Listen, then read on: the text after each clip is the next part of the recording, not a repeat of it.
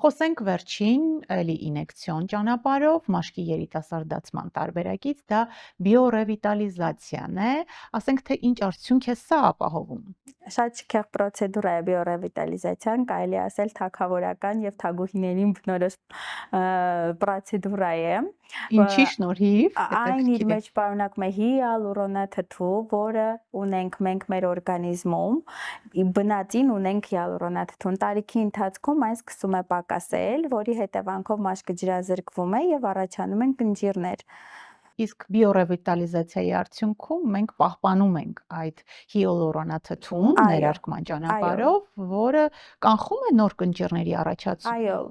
բիոռևիտալիզացիան ոչ միայն կանխում է նոր կնճիռների առաջացումը, այլ հագեցնում է էլաստինով, կոլագենի սինթեզով, հարստացնում է մաշկը հիալուրոնաթթվով, որը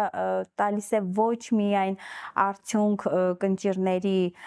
նոր կնճիռների առաջացումն է կանխում, այլ նաև փայլ է հաղորդում եւ ամենակարևորը լիֆտինգ էֆեկտ է ունենում։ Մաշկը նաև ձգվում է, դառնում է առաձգական։ Այո։ Հրաշալի, ինչ հակացություններ կան։